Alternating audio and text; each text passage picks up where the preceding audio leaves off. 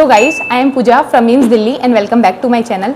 सबसे पहले तो ना मैं वीडियो स्टार्ट करने से पहले तुम्हें एक चीज़ क्लियर कर देती हूँ कि अगर तुम ये सोच के इस वीडियो में आए हो कि बस दीदी है ना हमें लास्ट 30 डेज़ की कुछ एक परफेक्ट ऐसे स्ट्रेटेजी बता देगी और हमारा सिलेक्शन हो जाएगा, तो ऐसा कुछ नहीं है, क्योंकि सिलेक्शन पढ़ाई करने से होता है। लेकिन ये है कि मैं तुम्हें एक है ना जो एक तरीका बता सकती हूँ कि ताकि तुम्हारा हार्डवर्क इतना नहीं हो, हार्डवर्क की जगह तुम स्मार्ट वर्क करो, क्योंकि अब लास्ट के 30 डेज़ रह गए तुम्हारे, और लास्ट के 30 डेज़ में ना तुम्हारी एक एक मिनट बहुत इंपॉर्टेंट है।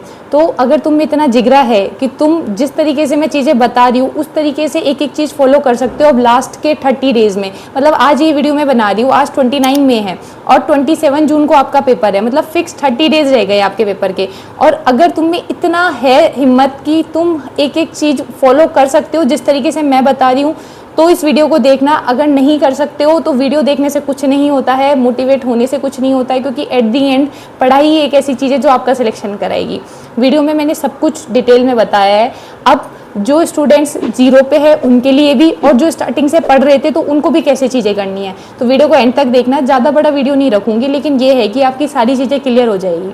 अब देखो, जो आपके 30 डेज़ है ना उनको मैंने 2 पार्ट्स में डिवाइड करा है। जो स्टार्टिंग के डेज़ हैं वो स्टार्टिंग के 20 डेज़ मैंने आपके सिर्फ और सिर्फ रिवीजन के लिए और मॉक टेस्ट के लिए रखे हैं, और जो लास्ट के 7 डेज़ हैं वो डेज़ हैं जो सिर्फ और सिर्फ आपके जो हाईलाइटेड टॉपिक्स हैं ना उनको पढ़ने के लिए। और एक तो मैं ये मान के चल रही हूँ कि अब आप लास्ट के डेज़ में 10 to 12 आवर्स पढ़ रहे होंगे। अगर नहीं पढ़ रहे हो तो ये बहुत बड़ी गलती कर रहे हो, क्योंकि अब से आपको एटलीस्ट 10 से 12 घंटे डेली पढ़ने पड़ेंगे। और ये 10 से 12 घंटे में तुम्हारे प्रोडक्टिव आवर्स बता रही हूँ कि इतना तुम्हें अपनी मैक्सिमम एफिशिएंसी के साथ में पढ़ना पड़ेगा। जितना हो सकता है ना उतना पढ़ाई पे फोकस करो, क्योंकि तुम्हारा टारगेट कोई छोटी मोटी चीज़ नहीं है। तुम्हारा टारगेट है एम्स। आपको पता है एम्स में कौन आता है? एम्स में या तो स्टूडेंट नीट से आता है, या फिर एम्स बीएससी नर्सिंग से आता है, और या फिर एम्स पैरामेडिकल्स के। बस ये 3 ही तरीके हैं जिससे कोई स्टूडेंट कोई एस्पिरेंट एम्स में आता है। और अगर आप एम्स बीएससी नर्सिंग में आने वाले हो तो आपको उस लेवल की मेहनत भी करनी पड़ेगी, ये कोई छोटी मोटी चीज़ नहीं है।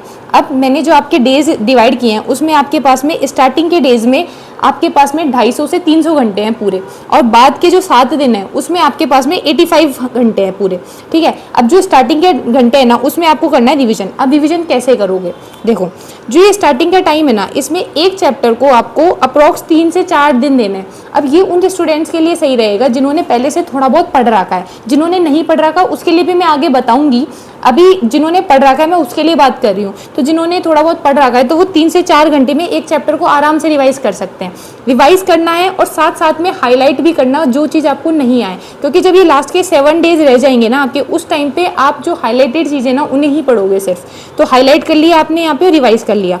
उसके बाद में आपको यूनिट वाइज मॉक देने हैं। यूनिट वाइज जैसे आज आपने इक्विलिब्रियम जैसा चैप्टर पढ़ा या फिर आपने कोई थर्मल जैसा चैप्टर पढ़ा, तो उसका कहीं से भी मॉक उठाओ और मॉक टेस्ट दो। मैंने तुम्हें फ्री साइट्स भी बता रखी कि कहाँ से तुम फ्री मॉक टेस्ट दे सकते हो चैप्टर वाइज। अगर नहीं देखा है उस वीडियो को तो मैंने उसका लिंक भी डिस्क्रिप्शन में डाल रखा है, और तुम कहीं से भी देख सकते हो, जहाँ से मिले वहाँ से क्वेश्चन प्रैक्टिस करो। बस यूनिट वाइज मॉक दे दिए, और उसके बाद में 2 दिन में एक बार तुम्हें फुल मॉक देना है। और मॉक देने के बाद में एनालिसिस करना मत भूलना, एनालिसिस मस्ट है। अगर तुम एनालिसिस नहीं कर रहे हो तो मॉक देने का कोई इंपॉर्टेंस ही नहीं है, ये बात ध्यान रखना, ठीक है। अब ये चीज़ आपके 250 से 300 घंटे मतलब स्टार्टिंग के 25 दिन आपको करनी है।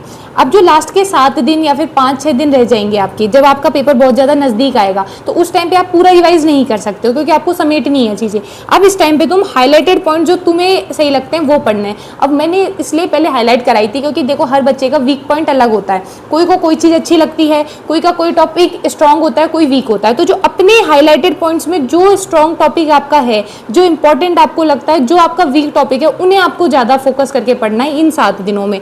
इस टाइम पे आपको सारी चीज़ें नहीं उठानी है, सिर्फ हाईलाइटेड चीज़ों को ही ध्यान रखना है, ठीक है। अब ये उन बच्चों के लिए हो गया जो स्टार्टिंग से पढ़े। लेकिन अब आप में से बहुत सारे बच्चे ये भी होंगे कि दीदी हम तो जीरो पे हैं, अब हम कैसे करें? अब आप हमारे लिए भी कुछ बताओ।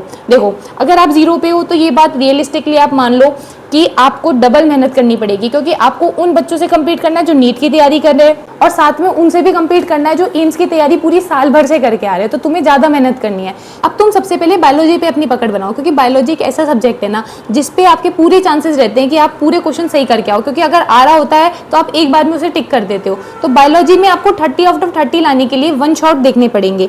वन शॉट आप किसी भी टीचर का ले सकते हो, मैं आपके लिए 2 टीचर्स लेके आई हूँ। अगर कोई इंग्लिश मीडियम स्टूडेंट है तो गरिमा मैम से पढ़ सकते हैं, इनका मैंने लेक्चर देखा है, इसलिए मैं ये बता रही हूँ कि इन्होंने क्या है ना पूरी एनसीईआरटी की लाइंस को ऐसे अंडरलाइन करके पढ़ाया है, तो कुछ एक्स्ट्रा नहीं पढ़ना पड़ेगा। अगर कुछ ऐसा लगे कि एक्स्ट्रा पढ़ा रहे हैं तो उस पार्ट को स्किप कर दो और खुद से फिर वहाँ से पढ़ सकते हो। अगर कोई हिंदी मीडियम स्टूडेंट है तो वो उम्मीद सीरीज जो पीडब्ल्यू की है वहाँ से कर सकता है। उसके अलावा तुम्हें और कहीं से भी अच्छा लगता है, जैसे विजय एजुकेशन का तुम पढ़ सकते हो, तुम मेड इन बायो का पढ़ सकते हो, तुम कहीं से भी वन शॉट देखो बायो का, और फिर उसके बाद में बायो की रीडिंग लगाओ अपनी एनसीईआरटी से। तुम्हें ये टारगेट रखना है कि एक दिन में तुम्हें 2 चैप्टर्स एटलीस्ट बायो के करने हैं। उसके बाद में तुम बायो की क्वेश्चन प्रैक्टिस कहाँ से करोगे? क्वेश्चन प्रैक्टिस तुम्हें करनी है जब तुम जैसे फ्री रहते हो, जैसे मान लो तुम लाइब्रेरी में पढ़ रहे हो तो लाइब्रेरी से तुम अपने घर पे जा रहे हो, या फिर खाना खा रहे हो, या फिर कभी ऐसा मूड खराब हो रहा है, तो उस टाइम पे किसी भी टीचर का है ना जो क्वेश्चन सीरीज खोल लो और बायो के क्वेश्चन उस चैप्टर के वहां से कर लो। बायो तुम्हें ऐसे करनी है। केमिस्ट्री और फिजिक्स में दोनों ही एक ऐसे सब्जेक्ट है कि अब तुम लास्ट के 30 डेज में अगर मैं बोल दूं कि तुम कर लोगे तो ऐसा नहीं है, नहीं कर पाओगे। अगर स्टार्टिंग से नहीं करा है तो एक चैप्टर के लिए ही 5 से 6 घंटे लगते हैं, टाइम लगता है। तो तुम्हें अब क्या करना है, जो मोस्ट इंपॉर्टेंट चीजें उन्हें पढ़नी है, क्योंकि पेपर में मोस्ट इंपॉर्टेंट चीजें ज्यादा आती है। तो हमें ऐसे टारगेट नहीं रखना है कि हमें भाई एम्स दिल्ली जाना है, क्योंकि एम्स दिल्ली लास्ट के 30 डेज में करना मतलब जो स्टार्टिंग से कुछ भी नहीं आता तो उसके लिए मुश्किल है। तो आप क्या कर सकते हो कि ये टारगेट रख लो कि जो चीज़ें इंपॉर्टेंट है पहले उन्हें पढ़ना है। उन्हें कहाँ से पढ़ोगे? अगर तुम्हें इंपॉर्टेंट टॉपिक्स नहीं पता है तो मैंने उनके ऊपर वीडियो बना रखी है, जैसे मैंने फिजिकल के लिए बना रखी है, मैंने ऑर्गेनिक के लिए बना रखी है, तो तुम वहाँ से देख सकते हो, मैंने उसका लिंक भी डिस्क्रिप्शन में दे दिया है। उसके अलावा नीट के पीवाईक्यूज उठाओ। अब मैं नीट के पीवाईक्यूज इसलिए बोल रही हूँ क्योंकि एम्स के जो पीवाईक्यूज होते हैं वो सच में ऑथेंटिक नहीं होते हैं, क्योंकि वो ऑनलाइन होता है उनका पेपर, तो पेपर तो आता नहीं है, और वो जो क्वेश्चंस होते हैं वो सारे फ्रेम्ड क्वेश्चंस होते हैं। तो हमें ऑथेंटिक क्वेश्चंस उठाने हैं नीट के। नीट का जैसे आपने इक्विलिब्रियम का कोई चैप्टर उठाया, उसके सारे पीवाईक्यूज उठाए लास्ट 10 ईयर के, वहाँ से देख लिया कि क्या क्या टॉपिक से आया हुआ है, जैसे पीएच से क्वेश्चन आया हुआ है, H+ से क्वेश्चन आया हुआ है, या फिर के इक्विवेलेंट निकालने वाला क्वेश्चन आया हुआ है। तो ये सारी चीजें आप एक कॉपी में लिखो कि इन टॉपिक से क्वेश्चन आ रखा है, और फिर उस टाइप के क्वेश्चन, उस टाइप की जो टॉपिक्स है उनको पढ़ना है। मतलब जो मोस्ट इंपॉर्टेंट एरिया है ना किसी चैप्टर का, उस पर ध्यान देना है, ताकि आपका पेपर में जाके वो क्वेश्चन सही हो जाए। क्योंकि जो चीज़ बार बार पूछी गई होती है ना, वही बाद में पेपर में दोबारा आती है। अब आपको फिजिक्स में क्या करना है? फिजिक्स के लिए मैंने तुम्हारी चीज़ें सॉर्ट आउट पहले से कर दी है। मैंने 25 मोस्ट इंपॉर्टेंट टॉपिक्स डाले थे फिजिक्स में, उसका एक वीडियो डाला था मैंने चैनल पे, उसका लिंक भी मैं डिस्क्रिप्शन में डाल दूंगी। तो उसमें मैंने क्या करा था, जो मोस्ट इंपॉर्टेंट चैप्टर्स है और उसके साथ साथ में चैप्टर्स के अंदर कौन कौन से टॉपिक्स इंपॉर्टेंट है, कहाँ से क्वेश्चंस पूछे जाते हैं, वो सब मैंने पीवाईक्यूज का एनालिसिस करके आप लोगों के लिए बनाया था वो वीडियो। तो अगर आपने वो वीडियो नहीं देखा है तो उसका लिंक डाल दूंगी मैं, आप देख लेना। वहाँ से आप सारे टॉपिक्स को लिखो, उसके बाद में किसी भी टीचर का वन शॉट उठाओ। अब मैं ये नहीं बोल रही कि आप कोई एक स्पेसिफिक टीचर देखो, जिसका आपको समझ में है उसका किसी का भी वन शॉट उठा लो, पर उनका वन शॉट है ना ज़्यादा बड़ा नहीं होना चाहिए, 2-2.5 घंटे का वन शॉट हो। वहाँ से आप सारे फॉर्मूलाज एक कॉपी लो, जैसे मान लो ये कॉपी है और इसमें आपने सारे वन शॉट में से जो फॉर्मूलाज थे उनको लिख लिए। उसके बाद में जो क्वेश्चंस टीचर कराते हैं वीडियोस में, जैसे क्वेश्चन सीरीज चलती है, वहाँ से उस चैप्टर के 2 या 3 वीडियोस ऐसे देख लो जहाँ पे आप क्वेश्चन सीरीज से क्वेश्चंस कर रहे हो, और क्वेश्चंस पहले खुद से करना, फिर उसके बाद में अगर क्वेश्चन सॉल्व नहीं हो तो फिर वीडियो को दोबारा ऑन करके और वीडियो से करना। उससे क्या होगा ना, आपकी जो कमी है, चैप्टर नहीं हुआ है या फिर चैप्टर में कोई कमी रह गई है, आपको समझ में नहीं आ रहा, वो सारी कमी आपकी क्वेश्चन से हो जाएगी।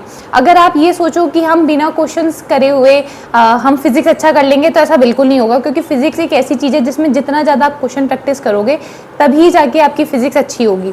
और फिर केमिस्ट्री, बायो और फिजिक्स को इस तरीके से करके आपको देने मॉक लगाओगे 2 या 3 दिन में, तभी जाके अपने ऊपर कॉन्फिडेंस आएगा, लगेगा कि सिलेक्शन हो जाएगा। इस तरीके से कर लो यार, ज़्यादा मेहनत नहीं लगती है, 1 महीने की बात है। अगर 1 महीना इस तरीके से पढ़ लिया तो आराम से आप एक अच्छे एम्स में बैठे होंगे। और जो लोग ये सोच रहे हैं कि हम 27 में तैयारी करेंगे तो अब नहीं पढ़ते हैं, तो ऐसा मत सोचो, क्योंकि क्या पता आपका सिलेक्शन हो जाए। और अगर बाई चांस नहीं भी होता है तो जो आपकी ये पढ़ाई है ना, वो कभी वेस्ट नहीं जाएगी, ये पढ़ाई हमेशा काम आएगी आपके। और जीके की टेंशन मत लो, जीके के लिए आपकी 1 जून से क्लासेस आ रही हैं इस चैनल पे ही। मैं पूरी आपको 4 या 5 लेक्चर्स में पूरा आपको जीके कवर करवा दूंगी। उसमें जो मोस्ट रिपीटेड टॉपिक्स हैं जीके के, रीजनिंग वाले या फिर कोई भी जीके के जो भी मोस्ट इंपॉर्टेंट टॉपिक्स होते हैं ना, वो सारे में 4-5 वीडियो में आपका पूरा जीके कवर हो जाएगा। तो आपको कहीं पे ऐसे घूमना नहीं पड़ेगा कि जीके कहाँ से करें। और जीके सिर्फ 10 मार्क्स की आती है, तो आपको मेनली फोकस 90 मार्क्स पे करना है। और जो मैं वीडियो बनाऊंगी वहां से आप 10 मार्क्स में से 5 या 6 मार्क्स आपके आराम से आ जाएंगे। तो जीके की टेंशन मत लो और पढ़ाई करते रहो। आई होप कि अब आप बिल्कुल भी टाइम वेस्ट नहीं करोगे, डिस्ट्रैक्ट नहीं होगे और जिस तरीके से मैंने बताया उस तरीके से चीज़ें फॉलो करोगे, क्योंकि वीडियो देखने से नहीं होता है, मेहनत करने से होता है। Keep working hard, all the best. भगवान आपका सिलेक्शन पक्का करा देंगे। और 2K सब्सक्राइबर्स करवाने के लिए थैंक यू, दिल से बहुत थैंक यू। मतलब मुझे जब मैंने चैनल बनाया था तब मुझे कभी ऐसा नहीं लगा था कि सच में इतना हो जाएगा। और it's time to go more, grow करने के लिए साथ में ग्रो करते हैं। All the best, bye bye. और कोई डाउट हो तो कमेंट सेक्शन में पूछ लेना, मैं वहाँ पे रिप्लाई कर दूंगी। Bye guys.